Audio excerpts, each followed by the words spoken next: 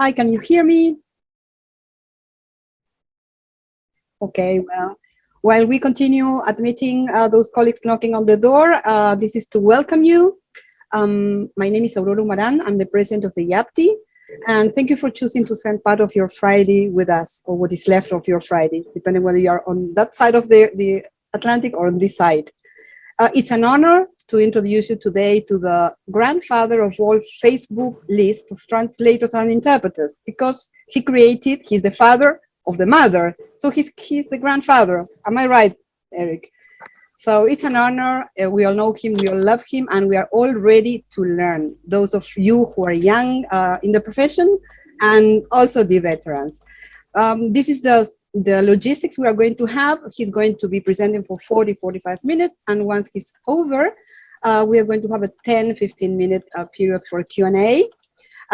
If you are shy or have problems with your microphone, just type on the box, but I encourage you to unmute yourself. You are all going to be muted, but you are allowed to unmute yourself.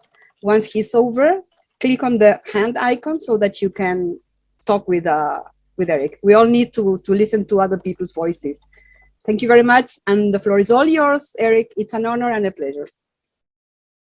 Thank you very much, Aurora. It's very nice being here, and thanks a lot for your invitation. Short introduction about me and myself. I am a native Swede, and I have been living in Germany since 1991, which makes 31 years now. I have more than 25 years of experience as a translator. I mainly translate from German into Swedish, and I am specialized in technical translations, mostly machinery, renewable energy, automation.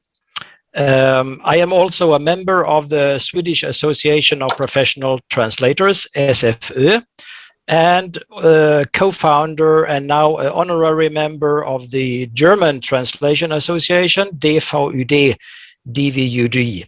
Some of you maybe know of this. Furthermore, I am a networker, and some people say I am a social media junkie. Active on Twitter and Facebook since 2009. And in 2013, I founded the Facebook group Things Translators Never Say, or some people know the abbreviation TTNS, where I am now one of the admins. And of course, this webinar tonight will examine 3 core terms. First of all, we will speak about freelancing, because it's everything about freelance activity. We will speak about hard skills and of course about soft skills, and the focus on soft skills. And let's see if I can share my, here we go. Yeah, can you all see it well? Yeah, okay. So you're a freelancer, question mark, but do you have the soft skills? Okay, that's maybe a valid question, because being a freelancer, first of all, what is a freelancer? Secondly, what are skills, and what are hard and what are soft skills? But let's have a closer look at this one. First of all, let's see where we are. Now I need. Who is a freelancer? Exactly. Who is a freelancer? Let's first have a closer look at some official definitions. A freelancer can be a self-employed person who offers services. And this person often works for multiple clients. Only having one client wouldn't be so very wise. And in some countries, it could even have a legal, some legal problems. And a freelancer also is not officially employed by another company, which means the person is not a member, it's not a part of the company's workforce. So let's have this, let's keep this in mind. And there is, of course, also some other definitions about freelancing. For example, this one, which is maybe not that far-fetched, a person who is sometimes panicking between not having enough work and panicking about having too much work. And I think we all have experienced this situation, which is called feast and famine. Either there is a lot of work in the feast, or there is not much work at all, or very little work, which is then, of course, the famine situation. So, of course, we ask ourselves, is that all? Being a freelancer, the definitions? Of course, this is a rhetorical question. Along the line between panicking about too little and panicking about too much work, there are so many other tasks that we as freelancers need to take care of. In your role as a freelancer, or self-employed, no matter what you call it, but in your role as a freelancer, you are responsible for a number of different tasks. For example, you need to organize your work. You have to ask yourself, how can I organize my work in a proper way? When is the best time of the day to start work? Some people get up very early and they are at the desk at 7 o'clock in the morning. Some people, they don't get any work done before noon. So you have to ask yourself, when are your most productive hours during the day? Also, the question about your circadian rhythm. Everyone has another rhythm. For me, for example, I have my most productive period between 9 o'clock in the morning until noon. I know some other people, they get started at 3 p.m. And there are some people who say, oh, I prefer working at night. They are night owls and they have their productive hours starting at midnight. So this is very, very, very personal. And if you were employed before you went freelancing, your boss used to tell you when you had to start and when you had to finish work. And now as a freelancer, it's of course up to you, and you have to decide. Furthermore, you are also responsible for setting up your work environment. And work environment, for example, are you happy with a desk in your living room? Well, if you live alone, it might be okay, but if you have a family and there are pets and around, maybe that's not the best idea. Or maybe you need a separate room in your flat or in your home, in your house. Or as an alternative, if it's financially possible, maybe you have thought of renting office space downtown. By the way, it's a perfect way of getting out of house, just to stroll, if it's 3 minutes or 10 minutes by bike, to a rented office. So the question is, in the core, what kind of environment do you need to work efficiently? As a freelancer, we often have to take decisions about investment. And for example, investing in hardware and software.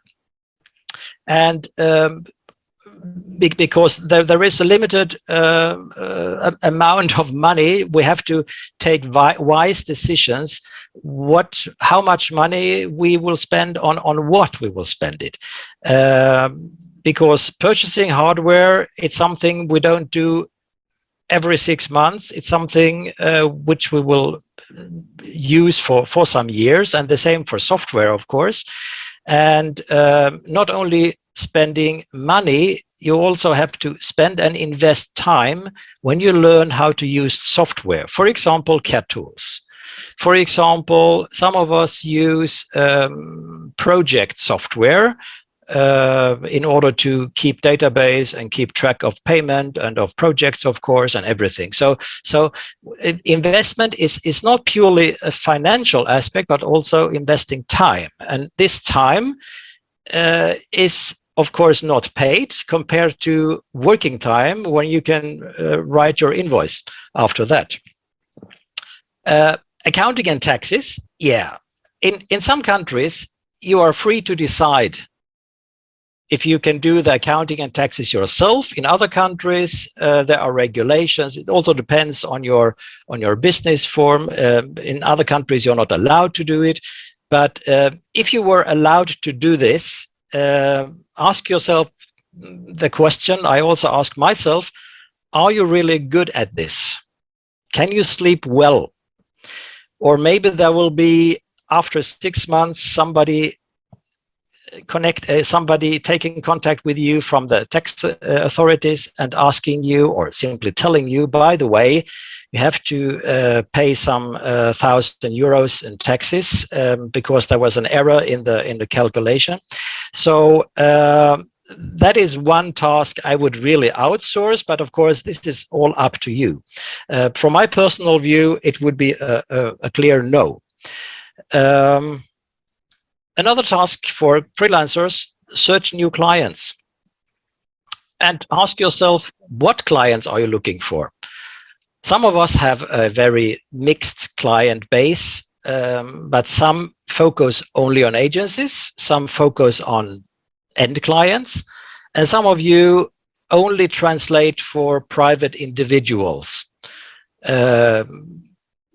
Are you keen on filling out endless application forms on websites and agency websites, which will take ages, hours and hours filling out the forms, and without being sure if they pay properly? So again, it is your time, and you really have to take the decision, what clients am I looking for, or and once you have decided what clients you are looking for, or you would prefer, you can take the next step and spend your time wisely. That is really the most important part.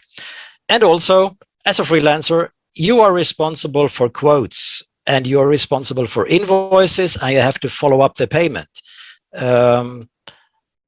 Send your quote swiftly. Don't wait too long, because if you wait for 2 days with sending a quote, after 2 days the inquiry is no longer valid. So you don't need to waste time with that. And about invoicing, don't wait too long with invoicing. This is not only important for your personal cash flow. It has also a psychological part, because late invoicing often leads to the assumption on the client side that late payment might be acceptable, because the invoice was late, so payment can be late as well. And finally, you need to make sure that you get paid. So always keep an eye on your bank account to identify those late payers, and of course act accordingly with reminders or legal steps if that would be necessary. So again, keep in mind that you can outsource some tasks, for example, accounting and taxes, or even to a graphic designer for your business logo, or a new version of your website. That is everything possible. But in any case, whatever you decide, you are responsible that it is done, that something is happening, and you are responsible for the outcome as well. Even if you don't do the logo, you pay for it, and you decide there are 5 different versions of logo, and you choose one, so you have decided. So it's all up to you, because you are your own boss.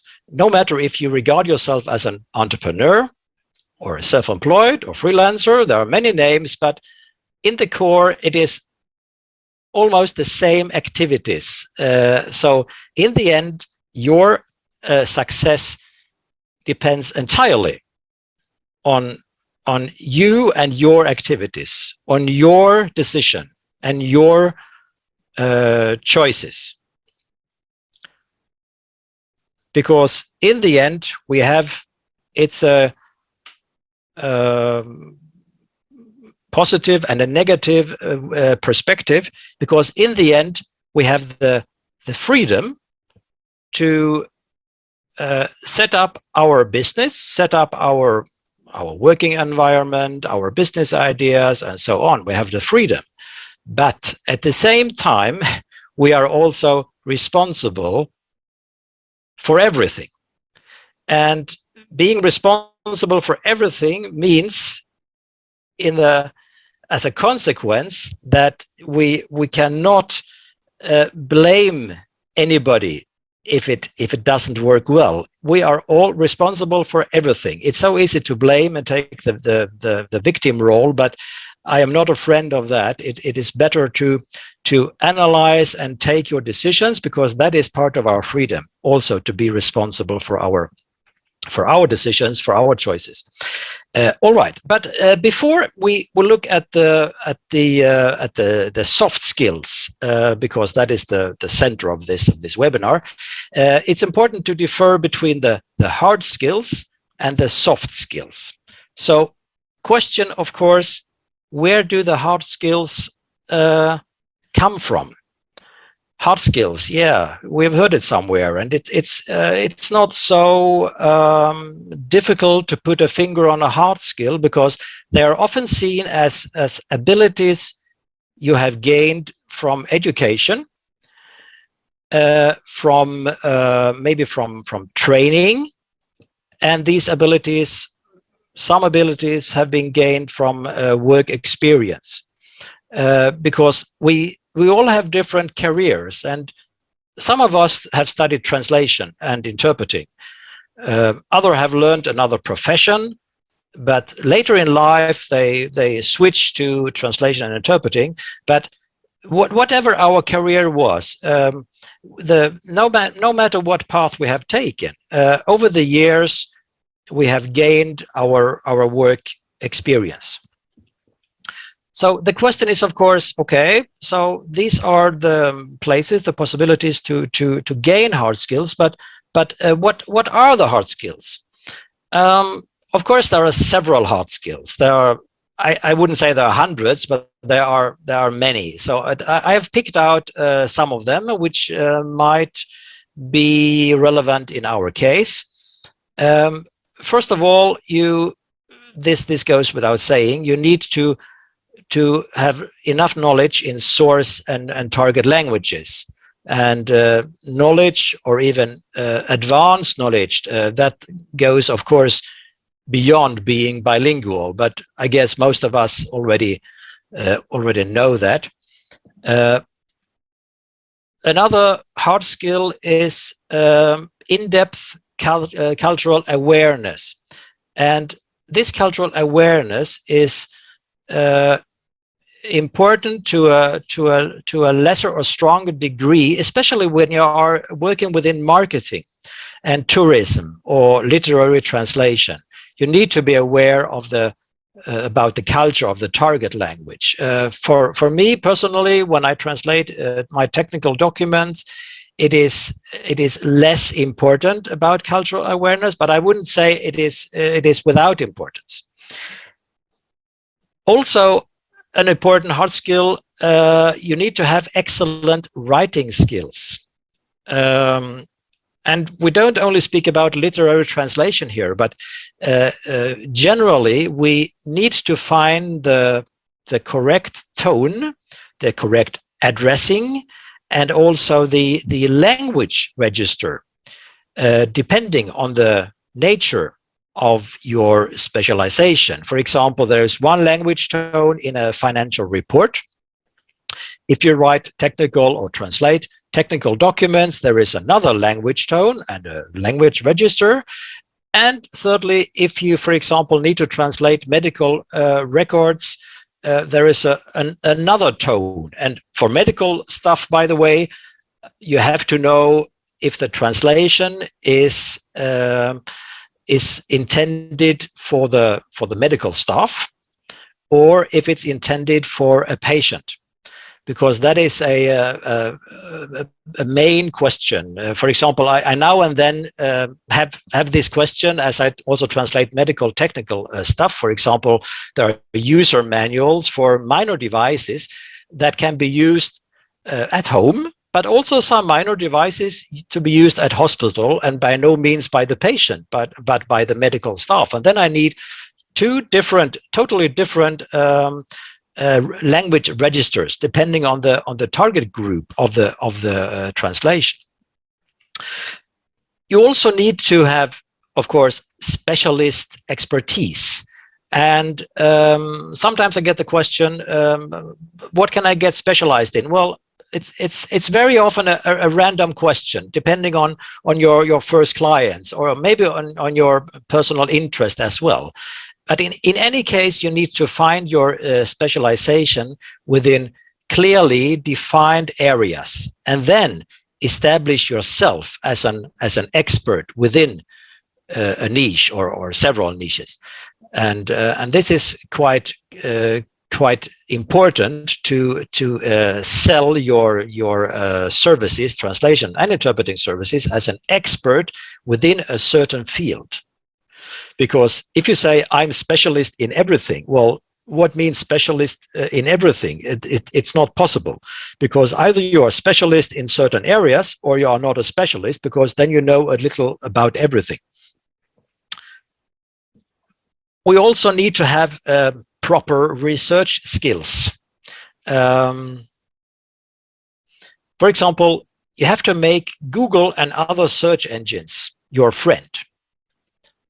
The problem is not to find any information. You will find loads of information, data, everything, and hits, and many websites, wherever you can pick out.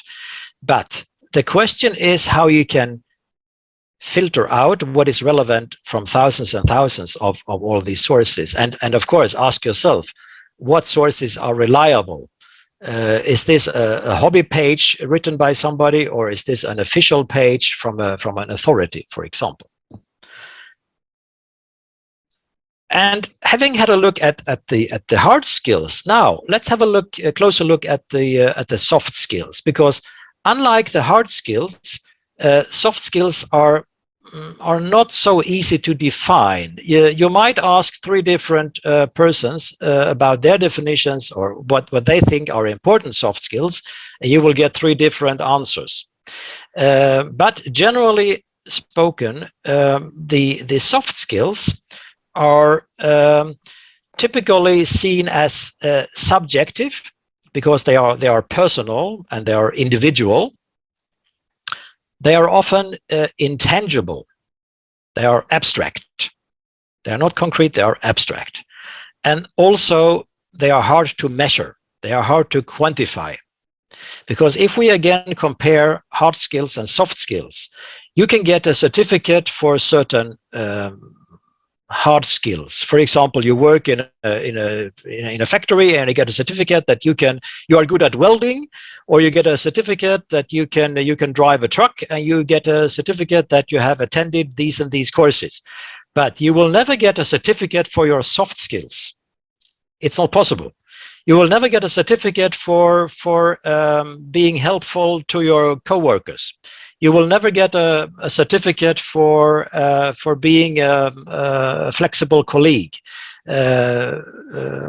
available maybe 2 hours after the work should have been, or the day should have been finished. There will not be any certificates for your soft skills. So that's why it's a bit tricky to quantify and to put the finger on a soft skill. So again, the question, what are the soft skills? And here, just like with the hard skills, there is a huge number of soft skills that are all interesting, and they are surely relevant for us as well. But I have, of course, to stay within the scope of this webinar, I have picked out a couple of soft skills.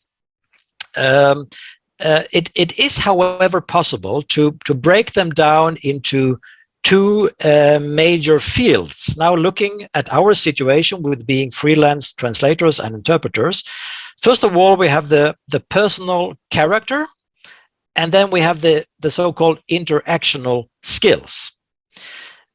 Let's first have a look at the personal character. I've picked a few here, and also picked a few from the interactional skills. We will have a look at them just in a second. So if we look at personal character, you are, for example, dedicated as a freelance translator or interpreter. You are dedicated, which means you are a passionate. You are passionate. You are striving for perfectionism, and you would never ever deliver a translation or you would never offer an interpreting job which is just good enough. Even if, of course, there are clients out there, they tend to use this as an argument. It doesn't have to be perfect, and that is an argument for them to reduce the rate or to have a quick translation. But it doesn't have to be perfect. Is for me like a red flag. Either I translate and make it perfect, or I say no. It's not my field. I don't feel comfortable within this, so I'm sorry. I can recommend a colleague, but this is not for me. You also have to be self-motivated, and self-motivated is connected with the situation I mentioned at the start, with the classic feast and famine situation. It means situations or periods when you have lots of work, that's the feast, or periods when there is not much work or maybe no work at all, which is of course the famine situation. So it's important in this situation to maintain a positive approach.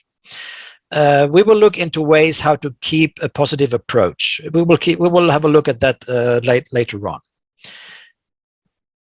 As a freelancer, in your mindset, in your personal character, you are also business driven. And business driven, of course, that's a huge adjective. It can be anything, but first of all, ask yourself, what do you want to achieve, and what are your aims? And one important question is, of course, do you only want to survive from your work, or maybe you even want to thrive and lead a good life?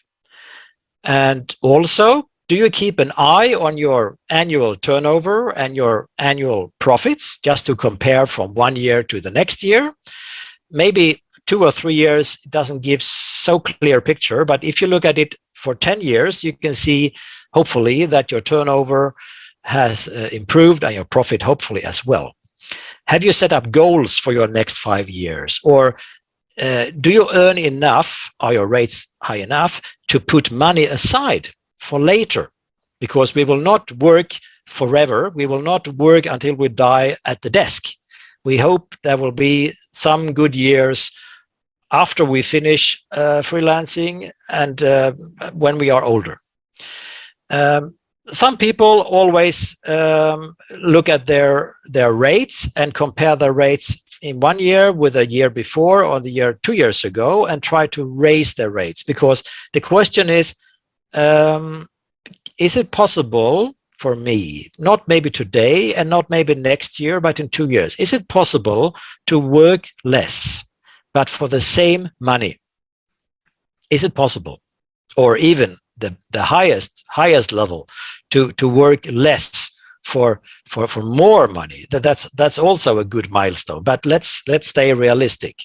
So it's always a good idea to keep an eye on your finances and what do you want to do, what do you want to achieve. As a freelancer, you have also most of us, I think, you have a curious mind, which means you take part in continuous professional development, CPD. You take part in webinars and seminars in order to expand your knowledge. And these events, seminars and webinars, they don't have to be only with focus on translation or interpreting. Also have a look at industry events where your end clients are, where you can meet conferences, where you can meet other end clients or potential clients. Have a look for trade fairs where you can learn more about the industry you are working in, because you have your specialization, and It is still possible, of course, to delve deeper into your specialization, and I mean a nice side effect from visiting a trade fair is, of course, getting contact with potential clients and doing some name dropping. So that's always a good idea.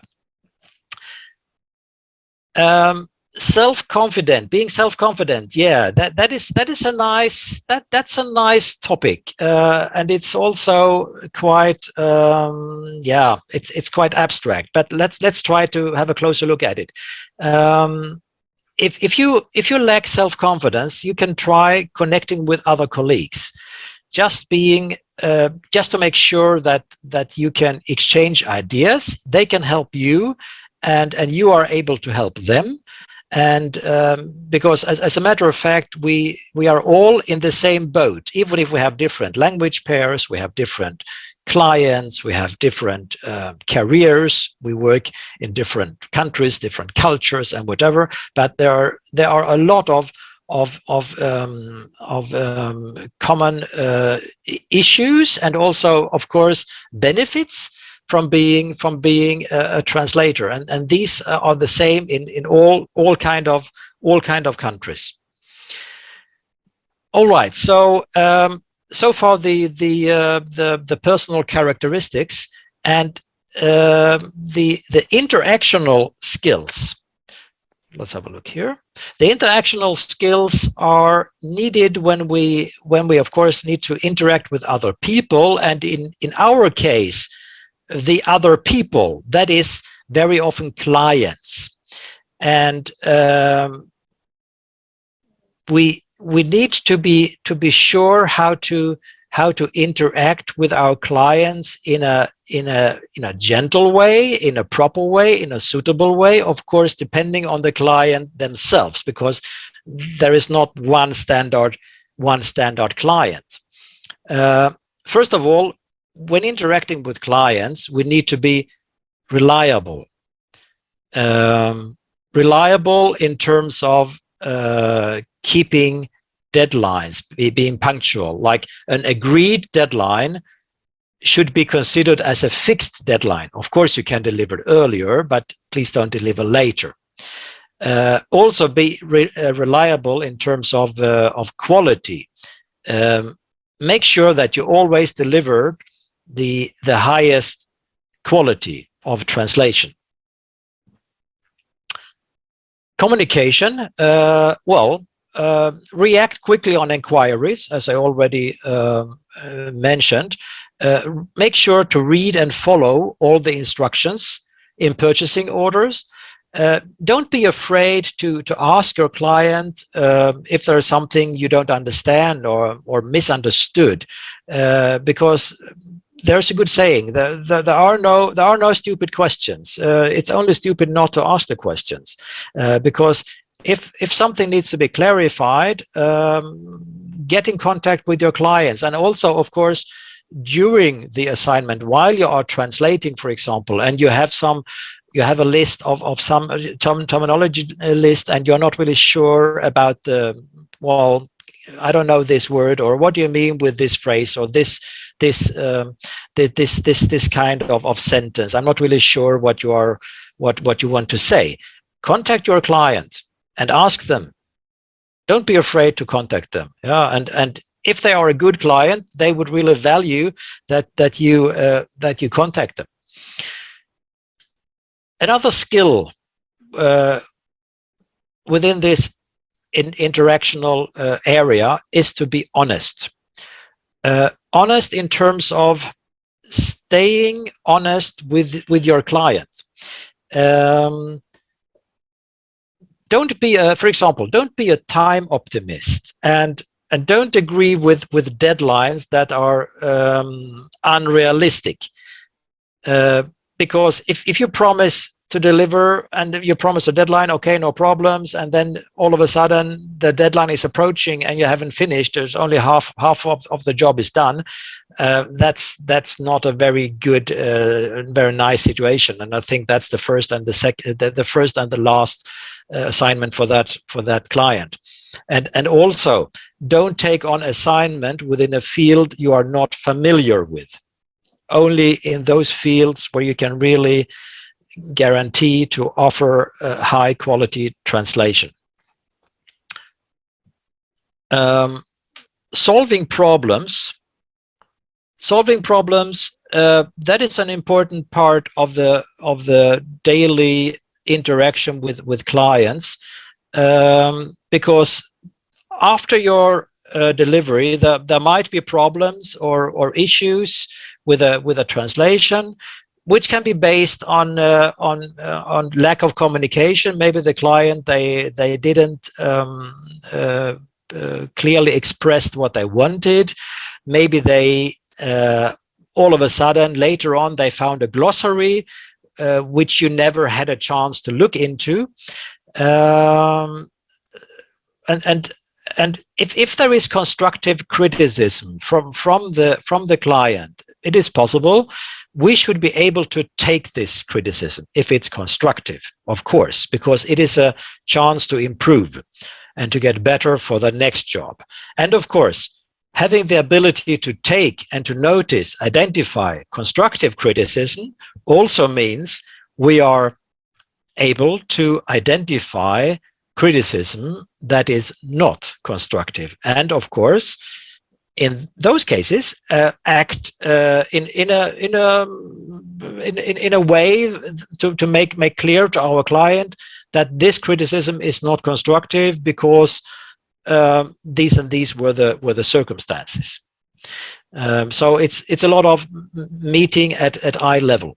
Taking criticism, taking constructive criticism is a good way of keeping a client. And last but not least, in this little list, you need, as a freelancer, you need to have the interactional skill or these skills which are persistent and assertive. You can also call this goal-oriented.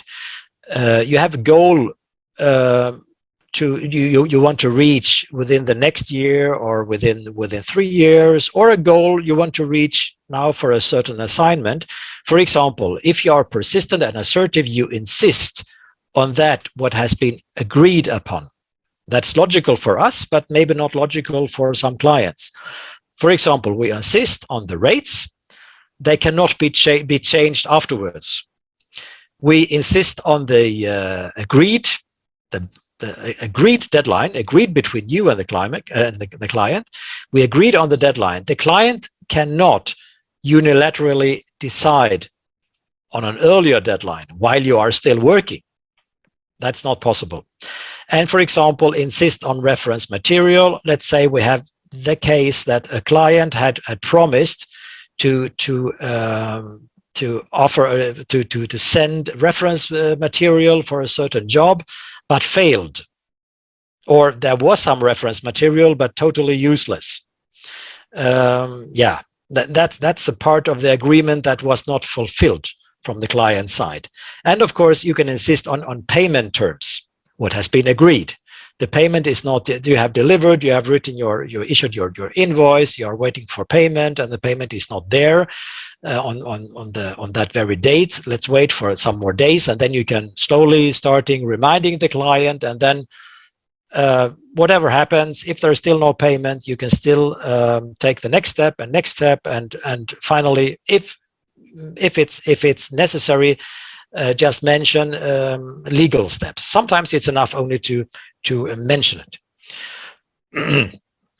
So we have had a look at hard skills, we have had a look at soft skills, we have had a look at soft skills as personal character, we have had a look at soft skills as interactional skills. But of course, the question remains, why do we need it? Why do we need soft skills? Because they evolve around your personal character. So the question is, can I do anything? Can I change this? Can I acquire anything or not? They also evolve around about the interaction with other people, with clients in our case. And I would say soft skills are important because they contribute to building your own reputation as a freelancer, as a business owner, as an entrepreneur. And in the end, this reputation is crucial for your success. So your skills, in the end, your skills determine how your freelance business is perceived by others. Because especially we as freelancers, we don't have a huge staff of 20 employees. So we work alone, most of us. So you as a person, you personify your business and you personify your brand. Let's assume you have a bad day and you make a bad translation and you deliver a bad translation. And some week later, a client returns to you and criticizes, and it's constructive criticism. It all depends on the circumstances, of course, but if I were in the client's shoes, I would, of course, ask myself, can we trust this translator? Can we send them more work, or will there be another disaster next time? And it's all logical, of course. So there is no room for, let's say, there is no room for huge mistakes. Yeah, minor mistakes, okay, that's fine. And some of you, or most of us, me included, we have indemnity insurance and whatever. But losing a client is one thing. And the financial part from the indemnity insurance, that's another part. Yeah, we have lost a client in any case, I would assume. So soft skills. I have picked out a number of methods and ways how to improve and how to sharpen your soft skills. Either you can sharpen the skills you have, or you can improve. The skills are already there, but also it's possible to acquire soft skills. So in order to make sure that your business is perceived in a positive way, just as I mentioned, your hard skills, but also your soft skills, they need to be optimized and sharpened. For example, you need to stay curious and develop a mentality of learning. Never stop learning.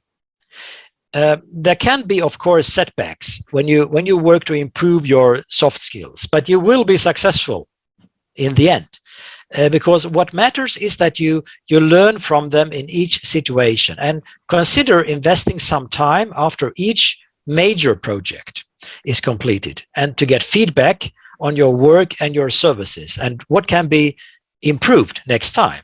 I also know some colleagues who regularly, maybe not after each assignment, but regularly, like every 6 or 8 months, they send out questionnaires to their clients, and where they can evaluate the translation services.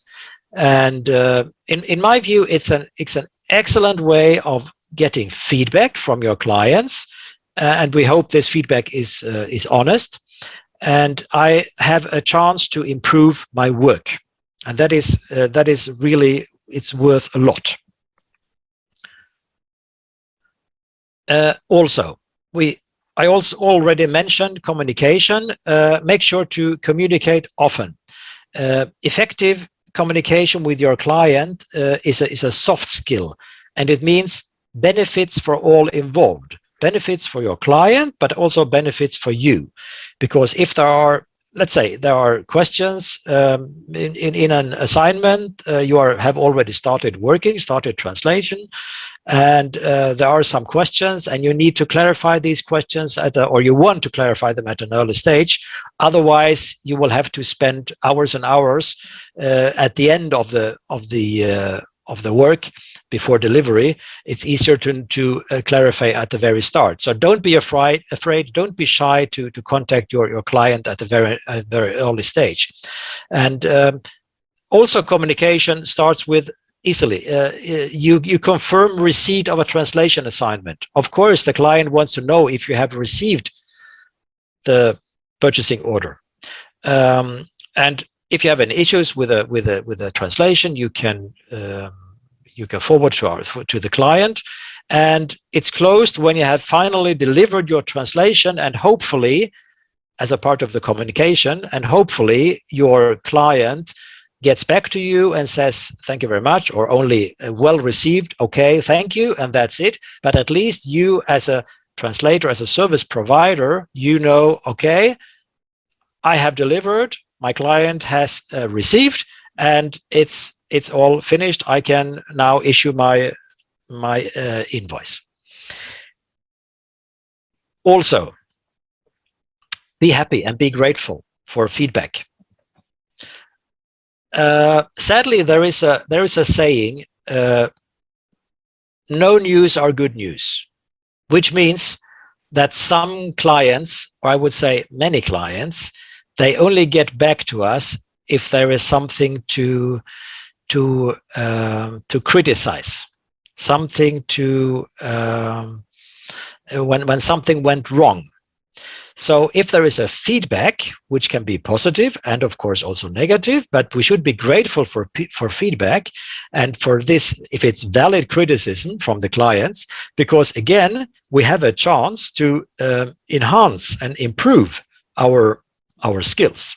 And whatever you do, don't be annoyed or offended for negative feedback, because the client, they have taken their time to put a list or some kind of summary together and to send to the translator. And of course, the reason why the client did this was not to offend you or to annoy you. It was just to inform you, and in order to help us to make a proper work and to learn. And next job, next assignment, I can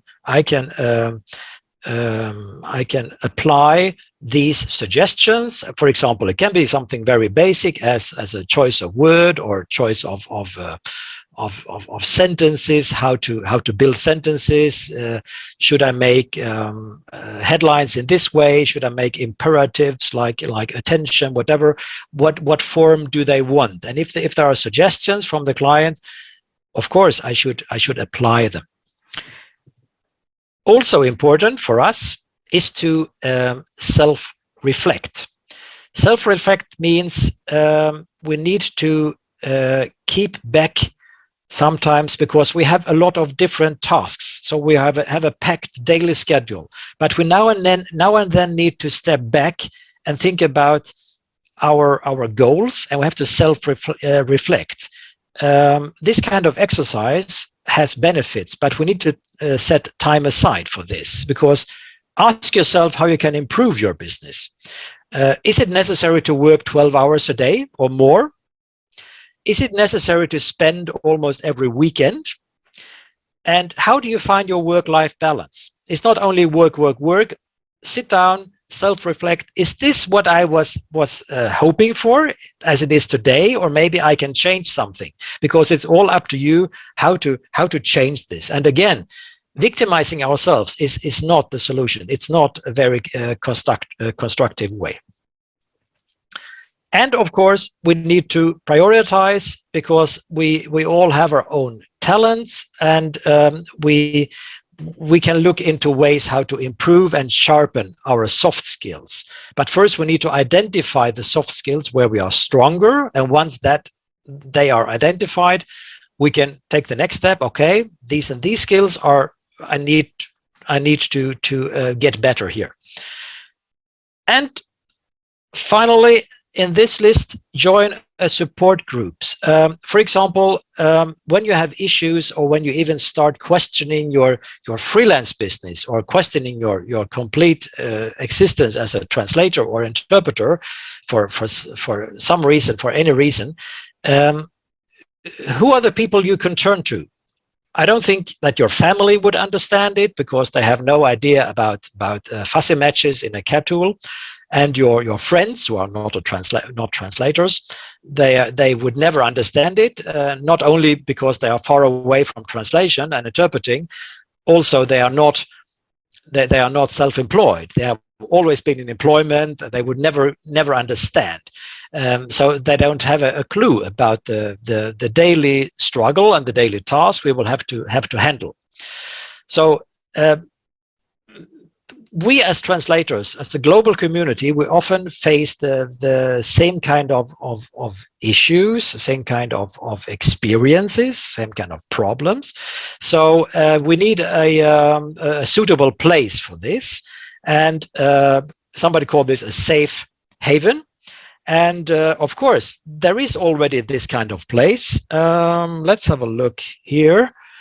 We have this which is called Room for Rant. I couldn't resist using this epic sign, which is, of course, not very nice English. Room for rent, of course, but Room for Rant. I don't know what languages are below the English. It could be some Bengali, or I'm not sure it's Hindi. And this Room for Rant is, of course, things translators never say, TTNS. That is my little Facebook baby, and maybe I've heard of it. It was founded back in 2013, and this is a Facebook group where we as translators and interpreters, where we meet to exchange ideas, to exchange different opinions and experiences. This is the place for things we do say, but we do say among colleagues. So the proper name of the group, just in order to make this clear, would be to call it Things Translators Never Say to a Client, because this is a place where only translators and interpreters gather. So, of course, the question, what is so special with TTNS? It is a community where we exchange experiences, and we are able to rant and vent and let off steam. And moaning is not very constructive. So moaning is not really encouraged. It's more of a rant and venting, and of course in a bit funny way. And letting off steam is, of course, very, very important. And remember, it is not about bashing a client, because bashing clients, anybody could do that. And in this group, we also apply sarcasm, irony, and tongue-in-cheek as a way how to get rid of frustration, because that is a very, very common phenomenon among translators. We have this dilemma. We are frustrated. We want to let off steam. And we are not very happy with our clients, but at the same time, the clients are not that bad. We still need them. We are not in this luxury situation that we can tell every client that they should leave. So we have to know. All right. So we are coming to almost to the end of the presentation. First of all, how you can raise your self-confidence, for example, by being proud of your profession. Because thanks to us translators, our clients are successful on foreign markets. Imagine what the global economy would look like without translators and interpreters. Meet your clients at eye level. Make sure you are an independent service provider. Make sure they understand that we are their business partners. We are not a part of their workforce.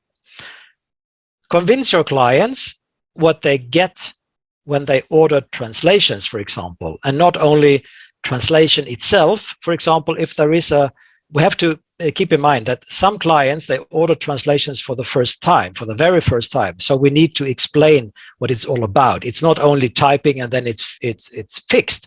We have to list, even if it's basic for us, it's not basic for a new client.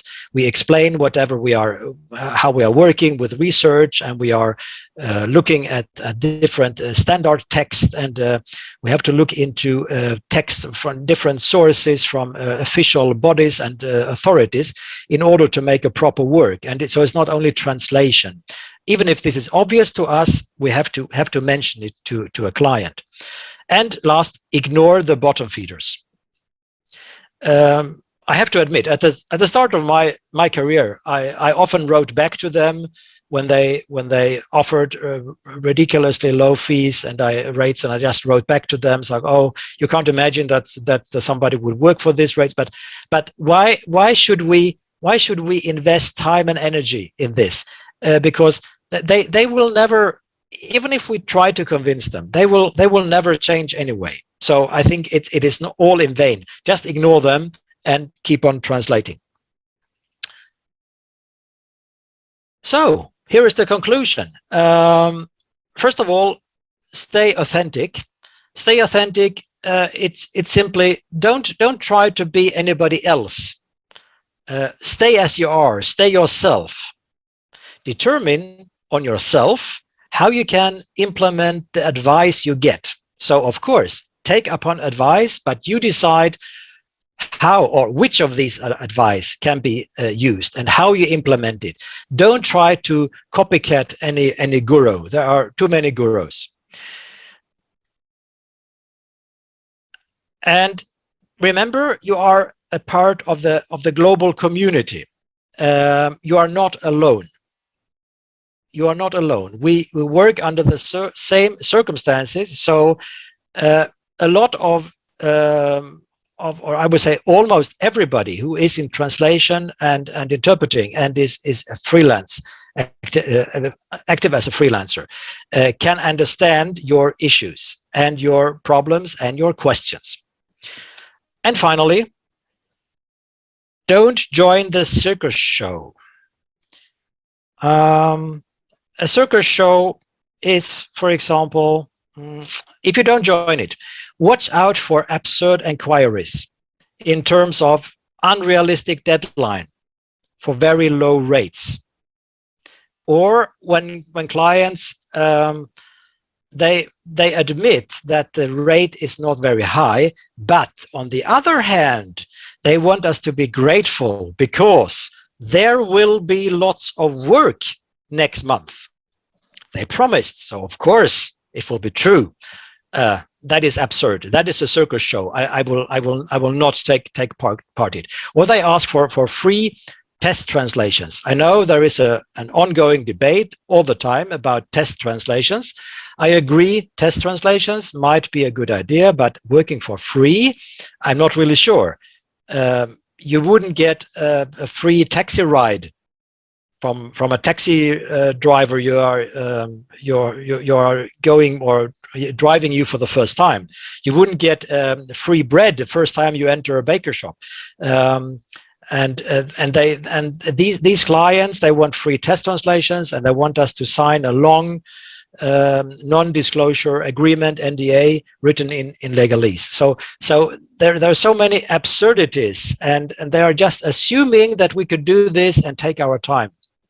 Of course, I do not agree. I do not join the circus show. For that reason, I set up this little picture. So you want my CV,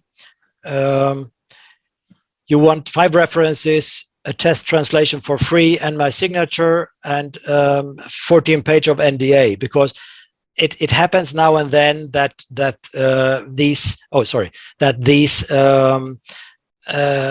clients, very often new clients, they have no idea how much work it means to us just to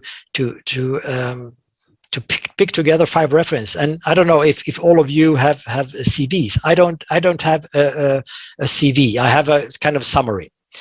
And finally, as I have written here, the length of an NDA. the length of a non-disclosure agreement is very often conversely corresponding to the rates an agency can offer, which means it is, of course, a generalization, but still, the longer the NDA, the lower the rates. And it means you put in a lot of time, a lot of energy, a lot of effort in order to convince this new client, but in the end, there are very, very low rates. So that's about it. Thank you very much for your attention, and I hope I have given you some ideas about soft skills, about hard skills, and how you can sharpen your skills. Thank you very much.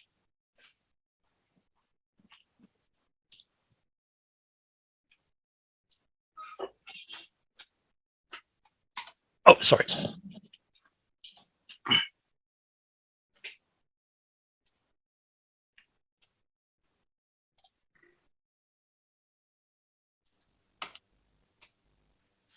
So, oh, thank you very much, Kevin. Yeah. Let's see. I have Kevin. Okay. Kevin, your mic is on.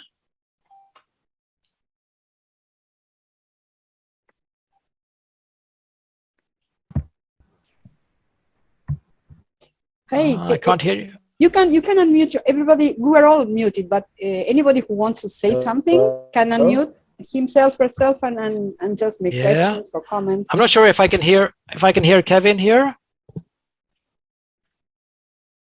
No.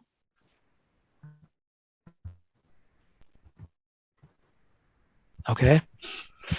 Sabine wants to say something. Well, I was just sending thanks for the presentation. I recognize what you said about I'm sorry, I cannot hear that. It's a very bad sound quality. I can't get it. Or clients with bizarre expectations. Oh, go ahead. Sorry. Could you please say again, Kevin?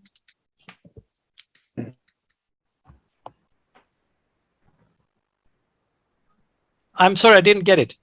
Yeah.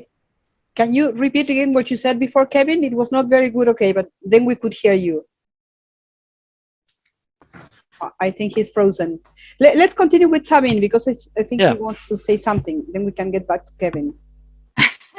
Okay, can you hear me? Oh, yes. Perfect. Okay, thank you, Erik. Now, I just wanted to mention one thing that came to my mind, triggered by the last 2 weeks of dealing with my clients. I don't know if it's a soft skill or a virtue, but in my case, it's a soft skill because I am not a very patient person. So I immediately thought about patience. Very important, especially in some cases. You're right. When you have Absolutely to deal right. with crickets, or when your communication is just completely one-sided, and you have to, I don't know, you write emails with 10 questions and the client just answers the first one and ignores the rest, and you all know what I mean. Yes, I have had that situation quite a few times, and it's funny. It happens very often with the same clients. I send them a long list, and there are maybe 20 questions and 18 answers, and then they answer after 4 days first, and the deadline has passed. But after 4 days, they get back to me with 18 answers, and I ask them, well, there were 20 questions, but you have 18 answers. Oh, really? Yes, really. So then again, there are 2 days or 3 days until these last questions have been clarified. So you're right, perfectly right. Patience, and sometimes we need to keep to ourselves what we really would like to tell the client. Can I chip in with a tip regarding the questions? When you send questions and the client fails to answer all of them, Yes, please. Yeah. I wasn't sure whether I was unmuted. Of course. So I think one strategy that I noticed that works. So either you number the questions 1, 2, 3, 4, 5, whatever, or send them in a table with this is my question and this is in this column. It's where you need to answer. So it's kind of hard for them to ignore and leave that blank. Yeah. So I think that's one way to exactly. Making the path as smooth as possible, of course. I often make a list either in an Excel or a Word, and I even try to make it numbered, and I also make some comments, not only what is this word, but I just give them like, is this word possibly A or B or maybe something else? And they will say just yes. have to, and I say yes. And I say yes, and then I'm just as clever as before. But anyway, I gave them a chance. And then, of course, we have to ask ourselves, shall we give them a second chance or not? It depends. Depends, yeah. Yeah, because we asked, and it's our time. And it's not only, we not only spend time with translating and doing research, it's also, of course, the waiting time. And we all know the clients. It takes three days for them to send us the answers. But 5 minutes after they have sent us the answers, they are expecting the finished translation, of course, because we are only sitting there and twirling our thumbs and waiting for their answers. Of course, that is how they are. Many clients, because they don't get it, or it's not that client, but many clients they believe we are just sitting there and waiting so we can finally work again, because there is nothing else. Yeah, it's interesting, Alina. Oh, thanks. So, any more questions or hints or opinions? Or I might like to share something. I used to have a lot of work a couple of years ago. Now I made a switch in my career. I was a sworn translator. Now I'm a literary translator. But in the past, I used to have so much work that I had to outsource. And when you mentioned the soft skills, I remember that I had a very good translator. She was excellent, but her manners sucked.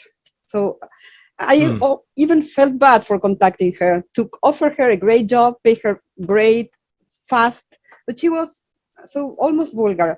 So to me, she was priority number 2.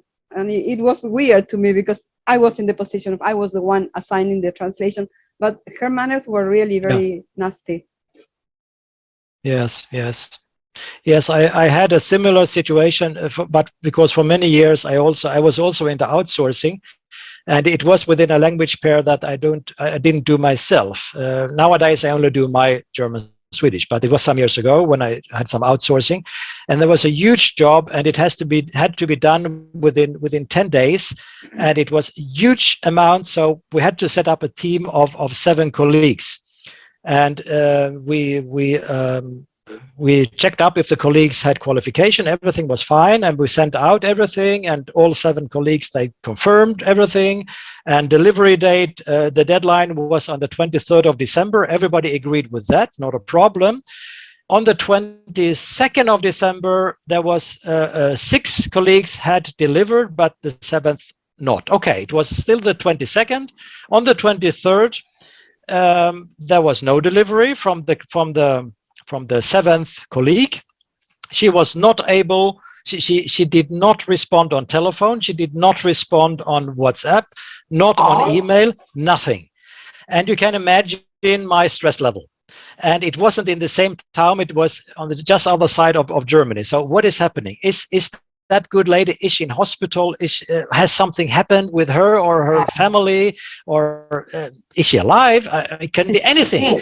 So I had another good colleague in the same city or nearby. So she took a car, went there for 1 hour, knocked on her door, and the lady shyly opened the door and what's happening? Yeah, I'm here from Mr. Hansson because he wants to know if you are still working. I can deliver today. Oh yes. I just pulled the cord from the telephone because I wanted to work in silence. And I said, okay, but communication and everything around. So she might be a splendid translator, but I mean, communication with a client in in my situation, I was, of course, the client because I was the outsourcer in the middle. My stress level, and I mean, short before the heart attack, and because it had to be delivered on the 23rd of December, not the next day, because it was a tender, big tender, and it was also about indemnity and everything. So, that was a bit stressful. But you're totally right, Aurora, that some translators they don't have manners, or maybe they don't think further than their own horizon. Mm-hmm. So that is, of course, sometimes a problem. And because we are not perfect, we have to say that. Maybe it's to open a can of worms, but translators are not perfect and clients are not perfect. So but we all have to deal with it. Yeah, so let's see if there are any. I see in the list here if there anybody raising a hand or. There's a question from Dana. I haven't opened the chat window. Okay. Yes. Yeah, Dana. She wants to read it. Maybe Dana wants to switch on her microphone. Are there any questions in the chat window? Here. Okay, I see Dana's question here. What do you recommend regarding the improvement of the freelance translators' soft skills? I would recommend attending conferences, webinars, and seminars, not necessarily only about CAT tools and like more into, I don't know, maybe it's about how to develop your personality. It all depends on what kind of soft skills you need. If for example, if you lack patience, first of all, you have to know what is lacking or where you need to improve. That's the first step. You need to know what you need, what you require. If you, for example, know my patience is bad, but you are open and you are willing to change it, maybe something like yoga can be a solution for some people, because it's all individual. Yeah, anybody or somebody who says, "Oh, it worked for me, it's perfect," but the second person says, "Oh, no yoga, I fell asleep all the time." It's very, very personal and individual. But first of all, I think you have to identify the skills you don't have, or where the skills are weak. Dana, I see your face. Hello. Yeah, I hope that answered your question a little. Thank you, Erik. Thank you. You're welcome. Did it answer your question? Yes, it did. Yeah. Okay. Thank you. I don't say you should start with yoga, but it's only an example. Boxing. Boxing is fine. Boxing is fine to get rid of too much energy. Yeah. Let's see if there are some more. Okay. Okay. Question. Oh, there's some. Okay. Thank you. Okay. Yeah. To me, being among Gary peers mentions is theater the key workshops. The key one is being among peers, because sometimes we all have people we admire. I used to admire our late Sergio Viacho, who passed away last year. Virus. We all miss Sergio Viacho, and to me he was a guru, though he was an interpreter more than a translator. But he always talked about we are cultural mediators. So he said, forget about the words. So to me, he was a guru. And once he shared his uncertainties and his doubts, and I said, oh, so I'm not the only one. So to me, the key thing here is this, just going to your place, attending conferences, whatever we do to be with others, because our friends who are doctors, dentists, teachers, architects do not understand the feeling you have when you receive your translation corrected by the copy editor. So that only a peer can understand. Yeah, that is right. That is right. What I meant with guru was most and for all the so-called self-appointed gurus. I will not mention any names here. I will not mention any names, but there are gurus that are self-appointed, and they try to convince everybody that only their way and their path and their solution is the only way. Anything left and right of that path is automatically not correct. Yeah. And that is something I deeply oppose, because we are all individuals and we have to find our way. So it means go to webinars and seminars and conferences and so on, and pick up what you need, and then it's up to us to decide what to apply, and the second, of course, to decide how to apply it, how to implement it. Because not everything, I mean, we all have, each of us, we're individuals, and you can't say this is a fixed solution and take this box and here you have the solutions, here I have the answers, and you can be just as successful as I am.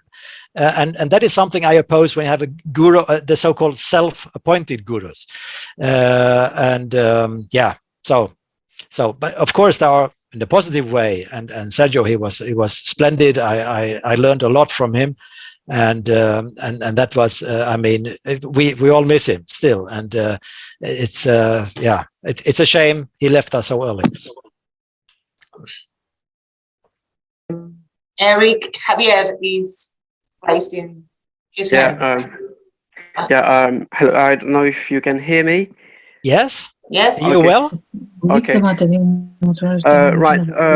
of all, thank you very much, Eric, for this presentation, because it has been amazing and very, very useful. Soft skills is something I struggle with sometimes, and this is why I have the following question. How do you convince potential yet unaware clients that your service will benefit them? Sometimes I see institutions, companies, individuals that might need my services that, I think that I could add something very valuable to what they do. Yet I can't manage to convince them. Sometimes I don't even get replies, or they just say, no, we don't need it. When I see that clearly what I offer, they need it, whether it comes from me or not, but they clearly need it. So I would like to know, what are some strategies or some tips to convince those clients that, our collaboration might be fruitful? Yeah, well, first of all, your client has to understand that they need translations, and secondly, they have to understand that they need translations from you, and they shouldn't start doing anything with DeepL or Google Translate, because you can give. I mean, there are different ways. You can first of all ask them if they are aware of the possible consequences from a bad translation. If they are ready to pay 100 or 200 euros more for a good, top-notch translation, or if they want to go to Google Translate and doing whatever, and there will be a mistranslation put on the packaging, for food packaging, whatever, and they will have to ditch millions and millions of products, which will cost a lot. I mean, you can give them some hands-on examples what could happen if it's a wrong translation. Like practically food packaging. For example, there is, I can tell you from the Swedish market, Swedish food market. There are certain phrases, and these phrases, they have to be kept, these standard phrases. And if you are a translator and you don't know about these phrases, you translate as you think is all right, and the meaning is still the same as in these standard phrases, but still your translation does not correspond with the standard phrases. For example, contains nuts or whatever, or even other kind of products. Keep away from small children, not necessarily from food, but for other details. If your translation is roughly the same, but it's not standard, they are not allowed to sell it in Sweden. They have to take it out of the shelves in all stores all over Sweden. They have to demolish all the packaging, I guess the products itself, because there's nobody opening every package and package again. They will just demolish everything and burn it, and they start all over anew again. I mean, that could be some trying to convince your client, you can give them some practical examples. What could happen if? What could happen if? Or for example, I don't know if you are within contract translations or some kind these documents, or if you are within technical documents. Sometimes, because I am within technical, sometimes I explain to them and say, well, listen, you can get a cheap translation somewhere else. There is always somebody doing it cheaper than me. But are you sure it's a wise idea? Because this handbook, it's about safety. Somebody will work at this machine in the country where this machine is exported, whatever, and this person has to understand the language. It's not that I use easy language, but I use it properly, and I know there is, for example, a logical order. For example, first, number 1, check this. Number 2, press here. Number 3, open the lid. Number 4, look here. Number 5, if value is, and so on. And if there is a Google translation, it can be all garbled and everything, and sometimes they forget, or Google Translate forgets small but very important word as never or not. Something. So of course, I think you have to give some practical examples to your client, just to hold up the mirror and tell him this could happen. It's your choice, but you can only try to convince them. Yeah, that's what the first idea that comes to my mind. Yeah, and excellent advice indeed. I'll apply it. Okay. Thank you very much. Great. Yeah, you're welcome. Thank you.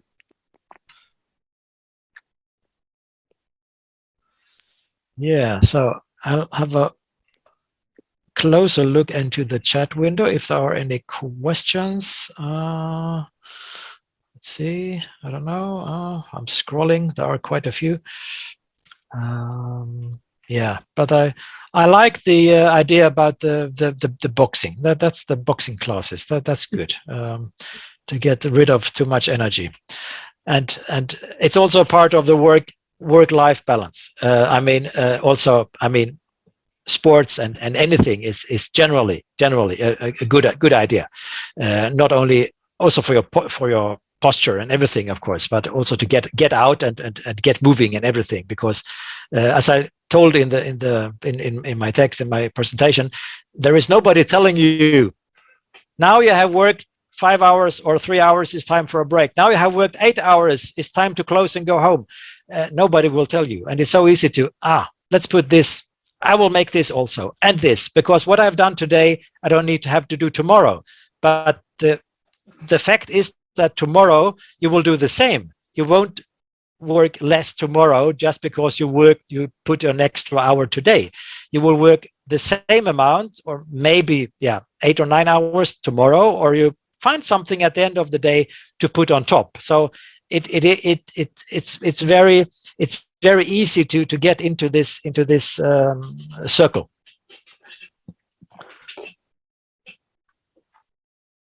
Well, it seems that's all for now.